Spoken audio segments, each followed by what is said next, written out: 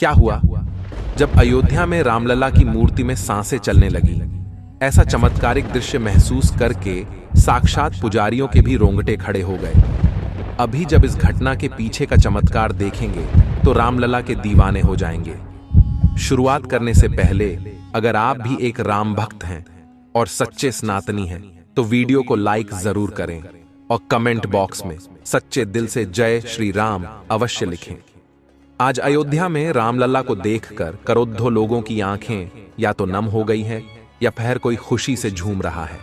और हो भी क्यों ना, 500 साल का इंतजार आखिरकार खत्म जो हुआ है, हर किसी की जुबान पर बस जय श्री राम का ही जाप है। अब आपके मन में भी एक सवाल जरूर आ रहा होगा, आखिर रामलला की मूर्ति का रंग काला क्यों है? रामलला की मूर्ति का निर्माण जिस पत्थर से किया गया है उसका नाम श्यामशिला है। इस काले पत्थर को कृष्णशिला के नाम से भी जाना जाता है। यही वजह है कि रामलला की मूर्ति काली है। इसके पीछे यह भी एक कारण है कि वाल्मीकि रामायण में प्रभु राम के सांवले रूप का वर्णन किया गया है, जिसके चलते उनकी मूर्ति का निर्माण इस पत्थर से किया गया है। लेकिन रामलला की मूर्ति को इस पत्थर से ही आखिर क्यों बनाया गया है? इस सवाल का जवाब आपको इस पत्थर के गुणों में देखने को मिल जाएगा। दरअसल रामलला की पूजा के समय उनका दूध से अभिषेक किया गया। अब इस पत्थर के गुण के कारण दूध में किसी भी तरह का बदलाव नहीं होगा। इस दूध को पीना स्वास्थ्य के लिए हानिकारक भी नहीं है। इस पत्थर का 1000 साल तक कुछ भी नहीं बिगड़ जाता है। इसमें किसी भी तरह का बदलाव नहीं होगा। अब दोस्तों, एक ऐसे चमत्कार के बारे में हम आपको बताने जा रहे हैं जो साक्षात रामलला के गर्भगृह में हुआ है। आखिर किस तरह रामलाल की मूर्ति में सांस चलने लगी? आज की वीडियो में बड़े रहस्य से पर्दा उठने वाला है और यह चमत्कार साक्षात मुख्य पुजारी जी ने महसूस किए हैं। वीडियो को अंत तक देखें और इस चमत्कार को आप खुद महसूस करें। सत्येंद्र दास राम जन्मभूमि के मुख्य पुजारी हैं। वे आज से नहीं बल्कि पिछले 32 सालों से रामलला की पूजा करते आ रहे हैं। रामलला की पूजा के लिए उनका चयन 1992 में बाबरी विध्वंस से 9 माह पहले हुआ था। सत्येंद्र दास की उम्र अब 80 वर्ष हो चुकी है, लेकिन इसके बावजूद भी उनके स्थान पर रामलला की पूजा के लिए अन्य मुख्य पुजारी का चयन नहीं हुआ, बल्कि सत्येंद्र दास ही मुख्य पुजारी के रूप में नए मंदिर में राम जी की पूजा करेंगे। उन्होंने सन 1939 में घटित एक ऐसे चमत्कार के बारे में बताया जिसे देखने के बाद मुस्लिमों भी होश उड़ गए थे। ये घटना उस समय की है जब 23 दिसंबर 1939 में अचानक मस्जिद के अंदर रामलला की मूर्ति प्रकट हो गई। शहर का हर शख्स जल्दी से जल्दी राम जन्मभूमि की ओर जाना चाहता था। लोगों में कौतूहल था कि रामलला की जो मूर्ति रहस्यमय तरीके से विवादित मस्जिद में प्रकट हुई है वह दिखती कैसी है। तब कुछ मुस्लिम लोगों ने यह विरोध किया कि मूर्ति को रात्रि के समय कुछ हिंदुओं ने यहां पर गैर कानूनी तरीके से रख दिया है। तब सत्येंद्र दास भी उस आंदोलन का हिस्सा थे। उस समय वहां पर एक बहुत ही बूढ़ी महिला मौजूद थी जो हमेशा से ही रामलला को अपने बच्चों के रूप में देखती थी। जब उसने प्रकट हुई रामलला की मूर्ति को देखा तो उस बूढ़ी मां की आंखें ममता से भर गईं। उन्होंने रामलला की मूर्ति को अपने गोद में लिया और उन्हें दुलार करने लगी। उनकी आंखों में आंसू थे, मानो कई सालों बाद एक मां अपने बच्चे से पुनः मिल गई हो। यह नजारा देखकर वहां खड़े हिंदुओं की भी आंखें नम हो गईं। लेकिन कुछ विरोधी पक्ष इस पूरे दृश्य का मजाक उड़ा रहे थे, उस बूढ़ी मां के ऊपर हंसी मजाक कर रहे थे। वहीं पर एक मुस्लिम शख्स खड़ा था जो पेशे से डॉक्टरी की पढ़ाई कर रहा था। उसने हंसते हुए बूढ़ी मां से कहा कि अगर यह तेरा बेटा है तो क्या इसका दिल धड़कता है, क्या इसकी सांसें चलती है? मुझे तो यह बेजान लगता है, तो क्यों तू इस बेजान मूर्ति को इतना दुलार कर रही है? तब उस बूढ़ी मां को अचानक से क्रोध आ गया। तब उन्होंने उस डॉक्टर से कहा कि मैं तो रोज ही अपने रामलला की दिल की धड़कनों को सुनती हूं।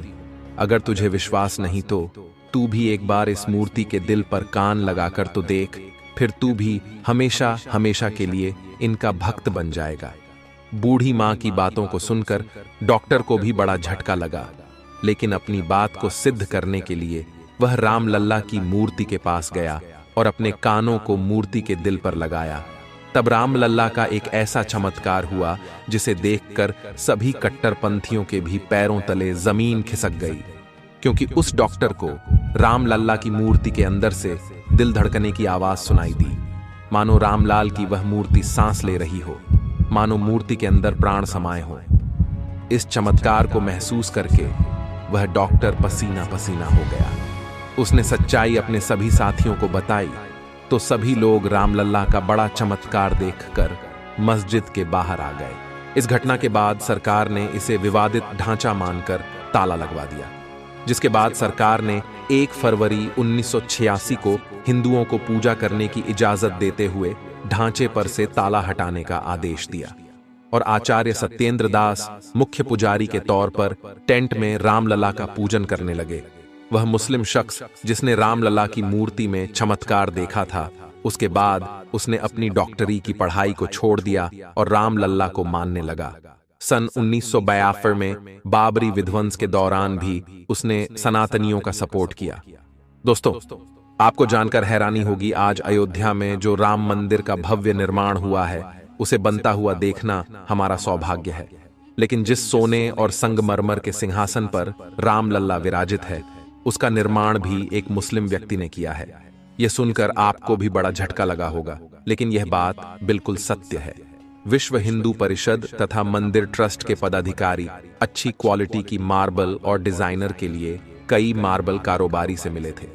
आखिर में उन्होंने एक मुस्लिम कारीगर मोहम्मद रमजान को श्री राम मंदिर में डिजाइनर और श्री राणा मार्बल खद्दान का मार्बल लगाने का फैसला लिया था। इसके लिए शर्त रखी गई थी कि यह सारा काम गोपनीय रहेगा। मोहम्मद रमजान ने बताया कि उन्हें श्री राम मंदिर निर्माण के लिए डिजाइनर के रूप में कार्य करने का मौका मिला। इसके लिए मैं खुद को बहुत ही सौभाग्यशाली महसूस कर रहा हूँ। राम मंदिर निर्माण के फैसले से कुछ समय बाद ही एक बैठक का आयोजन किया गया था। बैठक में मोहम्मद रमजान को भी बुलाया गया था और मंदिर निर्माण के लिए जिम्मेदारी दी गई थी। उन्हें गर्भगृह में स्थापित होने वाली रामलाल प्रतिमा के लिए सिंहासन बनाने की भी महत्वपूर्ण जिम्मेदारी मिली। इसके बाद से ही रमजान के परिवार में खुशी की लहर थी। मोहम्मद रमजान ने अपनी कलाकृति से श्री राम मंदिर के गर्भगृह की दीवारों, छतों, दरवाजों, फर्श तथा सीढ़ियों पर अलग अलग कलाकृतियां बनाई। मोहम्मद रमजान के इस काम में उनके 650 से लेकर 700 कारीगर लगे हुए थे। ये सभी पत्थरों पर नक्काशी का काम कर रहे थे, लेकिन इनमें किसी को नहीं पता था कि यह काम राम मंदिर के लिए चल रहा है। यह सच में बहुत आश्चर्य का विषय था।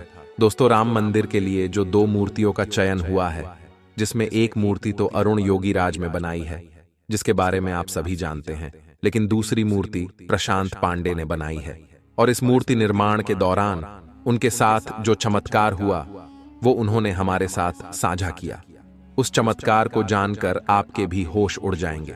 उन्होंने बताया कि जब वे रामलल्ला की मूर्ति को गढ़ रहे थे तब वहां कोई नहीं था। तब अचानक कहीं से एक दिव्य संत उनके पास आए। उन्होंने अपना नाम नहीं बताया, लेकिन मुझे उनसे बहुत अच्छी प्रेरणा मिली। कुछ देर बाद वह चले गए, लेकिन जिस कुर्सी पर वह बैठे थे, बस में उस कुर्सी पर जब मैं बैठा तो अचानक से मेरे शरीर में काफी ऊर्जा आ गई। ऐसा आभास हुआ जैसे हनुमान जी ही आए थे। प्रशांत के पिता सत्यनारायण पांडेय ने बताया कि रामलला की मूर्ति बनाने में 7 महीने लगे। ऐसा लगा जैसे 7 पीढ़ियों की यात्रा हो गई। सफर ऐसा रहा जैसे प्रभु श्री राम हमसे चर्चा कर रहे हैं। हमें ऐसा लगता था कि प्रभु हमसे बात करते थे। उनका चंचल भाव नजर आता था, उनकी आंखें मूवमेंट करती थीं। धर्म ग्रंथों में अयोध्या को देवताओं का नगर कहा जाता था, क्योंकि जब प्रभु श्री राम यहाँ पर लीला रचने के लिए जन्मे थे, तब उनकी इस लीला को अपनी आंखों से देखने के लिए कई देवी देवताओं ने यहाँ प्रजा के रूप में जन्म लिया था, क्योंकि वे उन्हें अपना राजा मानते थे। उन्होंने राम राज्य में कई सुखों को देखा और अपने जीवन को धन्य किया। आज जब अयोध्या में राम मंदिर का इतना भव्य निर्माण हुआ है, तो ऐसा लग रहा है मानो कई दिव्य शक्तियां अपना आशीर्वाद बरसा रही हैं। चारों तरफ काफी सकारात्मकता है और कई चमत्कार एक के बाद एक हमें लगातार देखने को मिल रहे हैं। यह हमारा परम सौभाग्य है कि हम राम मंदिर को अपनी आंखों से बनता हुआ देख पाए हैं लेकिन कार सेवक के बलिदान को हम भूल नहीं सकते। आप भी नीचे कमेंट बॉक्स में उन्हें श्रद्धांजलि जरूर दीजिएगा। अगर यह वीडियो आपको पसंद आई है तो लाइक जरूर करें और जल्दी से हमारे चैनल को सब्सक्राइब करके बेल आइकन को प्रेस कर ले, ताकि आपको हमेशा ऐसी सत्य घटनाएं देखने को मिलती रहे। हर हर महादेव।